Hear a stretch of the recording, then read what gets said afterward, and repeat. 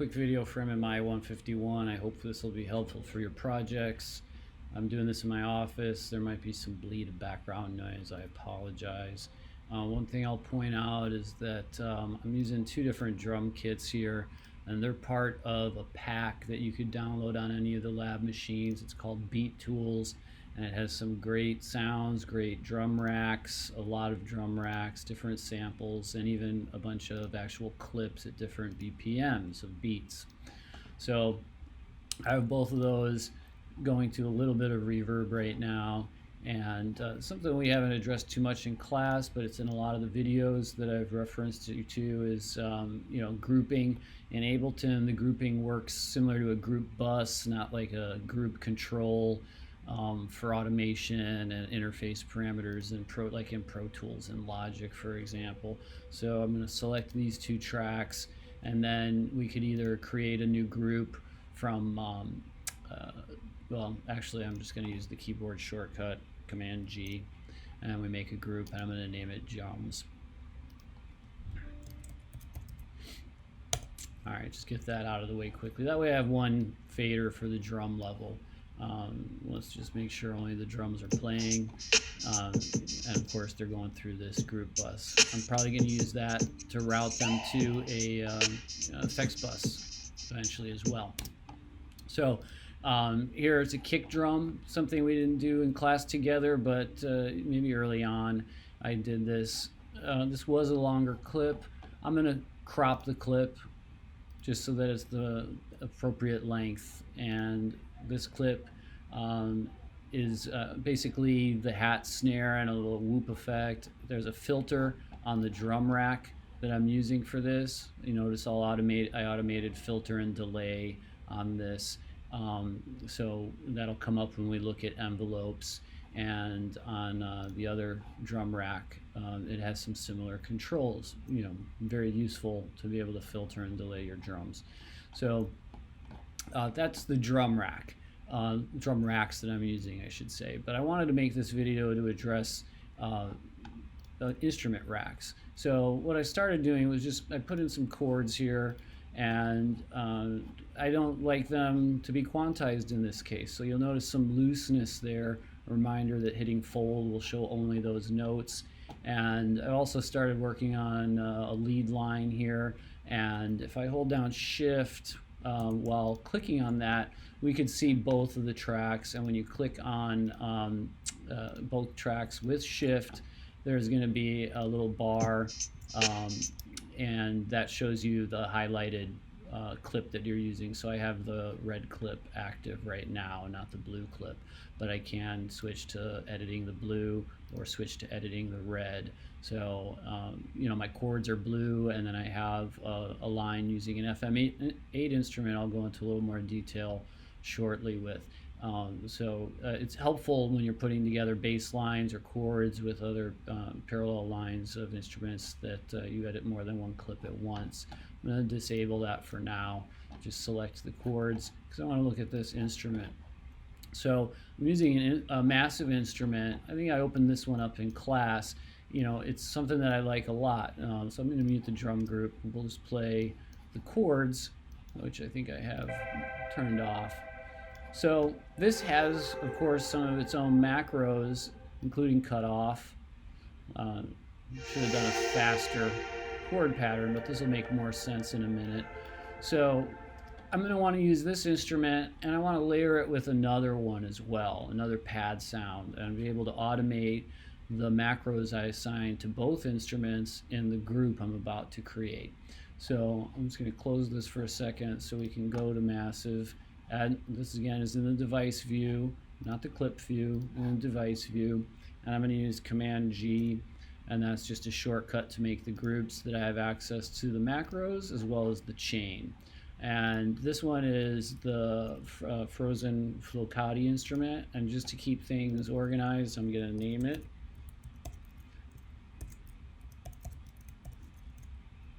And then I'm going to actually use a second massive pad, another one that I like that's similar in sound but has some different macros. So again, we could drag an instrument from the browser here and we just find the plugin and navigate to whatever it is and drag it from the browser into the chain view. I'm going to undo that because something else that I commonly do is just duplicate. So I'm using Command D, and that makes a second copy, and the device is going to be updated, and that's why the naming is important. So I'm going to make sure that I have the second one selected. I'm going to open it up, and I'm going to switch the patch. It's another Vocalesque one, so I'm going to select the vocal metadata, and we'll use FairyVox for this second chain. So let's just load it, and then I'm going to rename this to keep it organized. So at this point, let me just put this in record. Playing these layers the two completely. You can do static offset of volume, right? And a reminder that you could adjust these volumes by adding them to a macro, and then it becomes the volume of that element of the chain. I don't want to do that right now because I'm going to do it with a different technique, and I'm going to set that back to 0. So we have two massive instruments in this rack right now, and I'm going to pull up the chain view. And reminder, if we wanted to crossfade between these two, I would just simply stretch both of these out and apply a fade. Be careful because you got to be at the very top, and it's subtle to see the highlight that comes up to do the fade. So what this will be doing is a slow fade of the first Frozen Flocati up, and it'll be doing a fade out of, oops, again, be careful where you're selecting. It'll do a fade out of the other one. Now, right off the bat, I know I want to be able to slide between the balance of these instruments. So I'm going to map the chain selector, this little blue element here, and I prefer to always use the last macro in the macro set to do that. In this case, using the full range, I want to be able to go across this complete crossfade that's going. I'm not going to change the way that the response to an input is scaled, basically, within the 0 to 127 range. I'm going to leave it full. So I'll take map off and play some notes, and we can hear the fading. Now, another thing to keep in mind, remember that this needs to re-trigger, or it actually needs to trigger a MIDI note or have a MIDI note active to start this. So if I was to play notes now, I'm only getting that Frozen Flocati, and even if I slide over, all I get is the volume of the Frozen Flocati. You can tell because if you look here, there's no output level. So there's another reason for us to think about how we're layering these. As long as that's stretched across and that with the chain at 0, when I trigger a note and move the chain selector, we get both. You can see their faders changing in volume as I execute the sweep. That might be coming over my voice a little bit too much, so I'm going to take down the volume. So now's the time to look at some of the parameters that I might want to use in the macros for the instrument, to make it more dynamic, to make it be able to be more emotional when the chords actually play.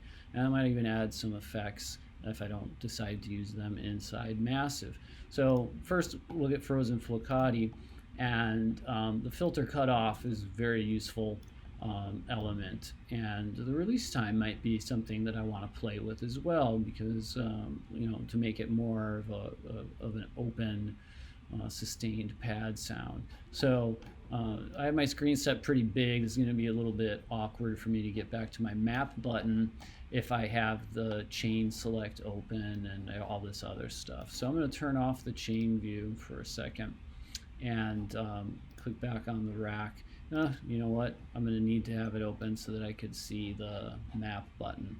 But let me slide. It's going to be difficult. But I'm going to click map, slide over the interface so I can actually see the controls I want to map. And I'm going to map cutoff.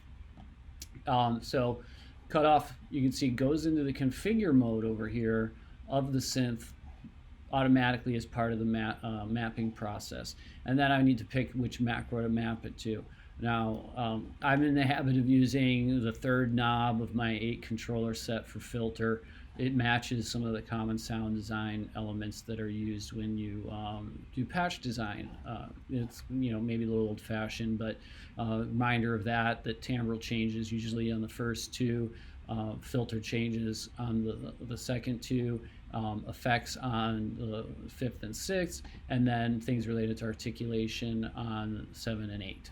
So I'm going to use macro 3 for that filter, and it's labeled as cutoff, of course. Now I'm also going to look and see if my other instrument, FairyVox, happens to have. Let me close the browser for a second. Let's close this, and I'm going to double click on that to get the device back up, and we need to go into the synth page. And here, well, let's solo that instrument for a second and see what the nasal effect does. It's kind of a filtery effect, and that's something I might want to scale. And what's brightness? Let's see. Well, brightness is kind of more like a filter. Just in the interest of speed, I'm going to map the brightness of this one to the same knob so that both of them go up in character that sounds like a filter lift. So I need to slide that out of the way again to get to map, and then slide it back into view to get to the, oh, well, that wasn't pleasant. I'm going to have to pick up where I left off. Things happen. So let's get back to what I was doing with this second FairyVox instrument, and hopefully we won't have a crash again. I'm going to pull up the device view. But again, I don't. If I go to map, it'll pull up the element, and what I need to do is make sure I select the right instrument. So let's make sure we have FairyVox. Oh, it might not have saved my patch change. It did not. Bummer. Well, I didn't get too far, so it's easy enough to redo this, and I'm going to reload FairyVox, and again, I already had found the parameters I wanted to use the bright, and I'm going to actually use the release as well. So let's get the synth actual view up here, and just to get that cutoff functioning across both, we're going to go map, and then I'm going to select the brightness that is equivalent to the cutoff, and I'm going to put it on that same equivalent might not be the best word, but you know what I mean. So you'll notice that it changed the name to macro 3. That's because now it's applied to two things. You need to pull up that map view, and you can see it's mapped to both of those parameters. I might end up scaling this brightness one or the cutoff one a little bit, but we'll address that later. First, I'm just going to rename this Filt Lift. That way it's a little more appropriate for what I'm doing. I'm lifting the cutoff, but I'm making it sound a little brighter. Not worth getting into the method behind my thinking of that. But if we have these instruments active now, and I pull up the chain view, let's make sure that we have them both active at the same time. And let's bring up the volume so they're equivalent. And I'll just play some notes as I turn this up. All right, we're getting the brightness on this one elevated, and on Frozen Flocati, if I pull this up, you can see it's doing the cutoff. I won't worry about scaling those for now because I'm going to add the release time first and then dial in this with the drums as kind of a way to wrap up this video. It might be running kind of long, so I'll start kind of putting them into segments. The release time I want to deal with. So what we're going to do is make sure we're on the proper instrument, and view its device and map, and I open up the device, Frozen Flocati. I want the release time, and since that's an articulation parameter, I'm going to put it on macro number 7, and I'll just leave it as it is for now because I'm also going to add the release of the other patch. So I'm going to go to the FairyVox device, and I'll want to open up that patch, and I'll want to map the release time of that one as well. Now you're going to notice that the release in the frozen flucati patch actually was at a value higher than 0. This one's at 0. So those are going to require some scaling to get the effect I want. Also, they're both related to release, so I can leave it at the default name once I map it. I might need to rename it though. So let's make sure that I have map. Release is here on the configure, and I could select it from there as well as from the actual instrument, and I'm going to map it to that same knob. And there might be some scaling to do now based on that. So let's turn map off, and I'm just going to play the chords. So when I use the release, I just let go of the notes. It might not be that obvious. I'm going to turn that all the way down. I just let go of the notes. You can hear the shorter release.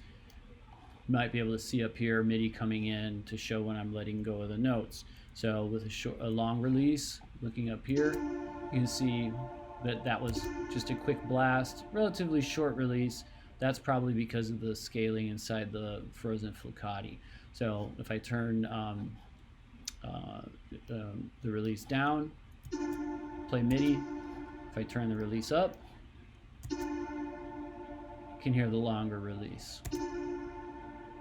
Might be a little subtle on your end listening, so when I tune it, it'll make it a little bit more obvious. So here's an example of where I'm going to want to tune those. Frozen flucati, the release started with a little bit of an offset, and Fairy Vox was at 0. So I'm going to leave that the way it is.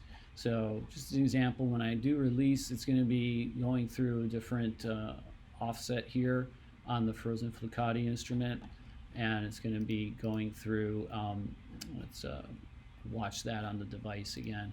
So here the release is on the Fairy Vox, and as I move it, we go through that full range. And if I select the other instrument and I move it through, you can see that when I'm all the way down, it still has somewhat of a long release. And when I turn it up, then it's at its fullest. And we have filter.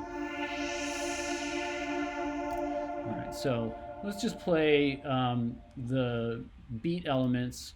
My kick, I liked this kit better for a kick, and I'm going to be using it some other stuff. You'll see as I make another video for you. And this one I'm using hat snare. I actually have inside that kit, the Candler kit, there are some macros built in, and I've automated filter and the delay to be off at this point. But I do have a little bit of filter going on. So if I was to solo that and play the filtering, why don't we hear you? Oh, I got to turn on the group. Forgot I grouped it. All right, so this is the filter movement. I just want it to be a little bit softer in nature during this portion. So let's make sure that we don't have anything that's going to prevent us from hearing the chords and the beat together. And here's the chords clip and the envelopes. I'm going to do the instrument rack. I haven't named it yet, but we've got filter lift and chain selector. So what I'm going to do is just animate the filter lift a little bit with an envelope. And I don't like using, this is B toggle between the pencil and the cursor. I like using the cursor better to draw envelopes. So I'm going to do a little bit of a filter lift on the second one and on the third one. So restart that. Oops.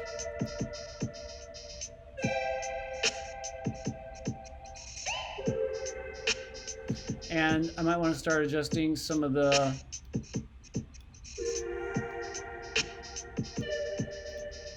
getting some different filter action here.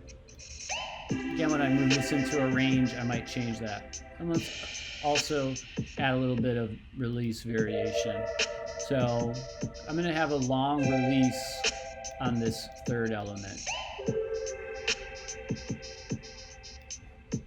And then not so long here. It's actually got a longer stain. Short, longer here. Very long at the end. With that long release, I'm going to go back and change the filter to be dropping down a little bit.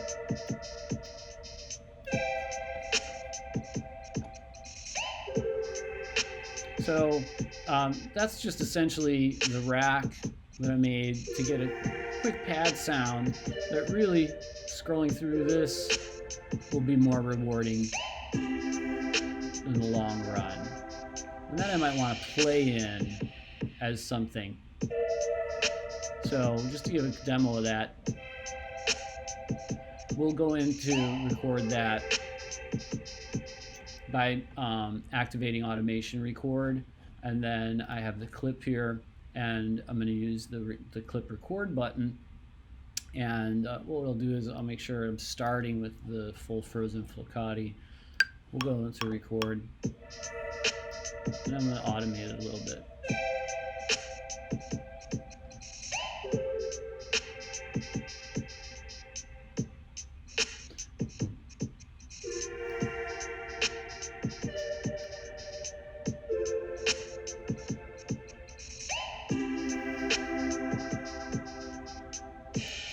Alright, so now that is going to have my chain select automation. I'll retune this later. Again, it's just to illustrate a concept. So another thing I'm going to point out, and yes, I know this might be getting long, but I want to get a few things in here before I wrap up this video and expose you to another thing or two. So right here, remember I was saying we have these other elements in this lead ARP track. It's something that I'm enabling and disabling in ARP, and I'm going to put that parameter into a rack, and we'll automate that. Now this is using an FM8 instrument. Let's bring it into the mix because it's a little dead without it. I'm just going to scale this volume for now. Those envelopes on the chords, I'm not too happy with, but I'll redo them later. So this instrument, right now I have FM8, and I configured a couple things, right? And I put a delay on it. That's just a matter of going to your audio effects and dragging something in. So I put a compressor, I put a delay. Say I wanted to put an EQ on there. All right, let's put an EQ on there. That's fine. It just goes into your rack. So that's all I did I shouldn't say rack. It goes into your device chain. We haven't turned this into a rack yet. So I'll delete the EQ8. I really don't want that. But what I'm going to do is I want to turn this stuff into a rack so that I can macroize some of these elements. Now FM8 has these effects built in. If you go to the effects page on the left, you got these main browsers. So there's one for effects, and you have a variety here. So this one, the talk wah, I have a lot of fun with. So let's make sure I'm recording on the right instrument. So this is that instrument, and here's the mouth parameter. And you could click on this, and that'll be added to the mod wheel. So I can automate that with the mod wheel or with an envelope, but it's playable more so to map it to the mod wheel, and you may choose to do that. Since we're dealing with racks and macros, I'm going to disable that function for now. And what we're going to do is we're going to map the arpeggiator on-off button, right? That was configured here. If I was to go into configure and delete it, I have automation, so it doesn't really want me to. So you can, once you put automation in something, it's going to warn you. But all I did was click on configure and then click on this button to do that. And all I did to get the talk wah mouth was from the effects section, clicked on mouth. So this one I don't think I automated yet, so I can just go to configure, select it, and delete it, and I'll remap it. I'm in configure mode. I'm going to add the mouth. So there it's functioning. And maybe I'll add the size element too. That might be fun to play with. So close that. Now the delay that I put in, I'm going to want to add a dry wet mix parameter to the rack, and I'm going to probably want to add some of these components. The compressor I may or may not want to put inside the instrument rack, so I'm actually going to leave it outside of the rack, and I do that by not selecting it when I hold shift and select these two elements and then do a command G. Now so here you can see that if I was to close the rack completely, right, we still see the compressor. It's not inside the device chain that was converted into this rack that has FM8 instrument and of course the FM8 device, and inside that chain is the delay for that instrument. So I'm going to macroize the arpeggiator, the talk wah, and the talk size, and that should be pretty quick to do at this point. I don't even have to open the interface. They're clearly in view and configure. So I'm going to just click on map, and I'm going to put arpeggiator on knob number 7 because it is an articulation type parameter, and I'm going to put the talk wah characteristics more in the zone where I would be changing filters. Again, this is your choice where you put things, but I'm going to put the talk wah mouth and size on 2 different ones for now. And now let me close this. I'm playing the instrument. Go higher. Here's the mouth. Here's the size of the mouth. And here's the arpeggiator.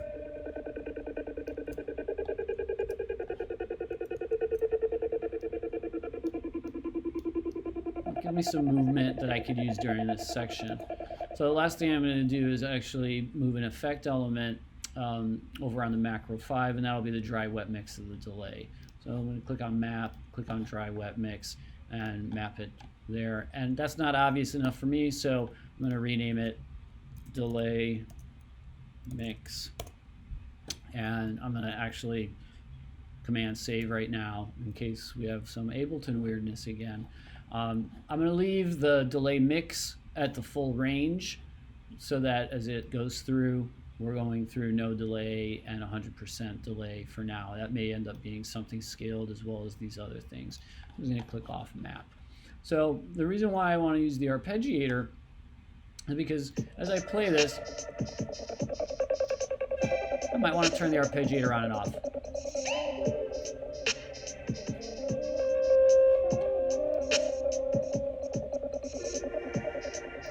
And let's just give this a little bit more makeup gain here.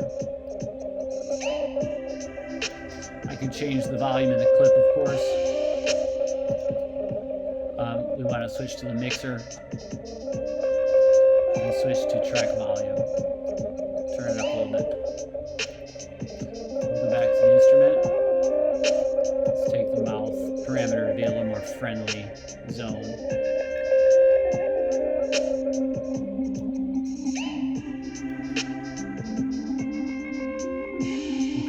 Now, this is in record ready. So I'm going to go on the clip record and just add some variation in the, a little bit of overpowering volume now since I turned up the volume. Let's take that makeup gain down a little bit. Not the time to get into a gain structure argument. We're trying to do this demo. So what I'll do is with that in record ready, using the clip record button, making sure that automation record is enabled. Of course, we're adding to the content. I'm going to automate a little bit of the arpeggiator on and off. So we'll just click record.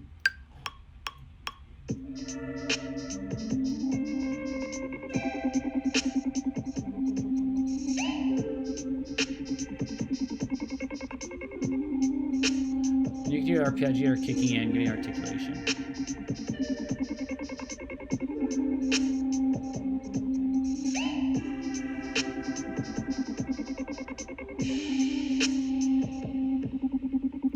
And now we've got that envelope there. So I'm just going to turn up the drums a little bit, trigger the whole scene. And I'll go through another instrument rack for these next 2. I started finding patches I liked. This is an absinthe patch. It's called Evil Kitty, and it has some interesting controls that I was experimenting with, including this gate parameter. We'll go into absinthe in the next video, but that's getting that texture.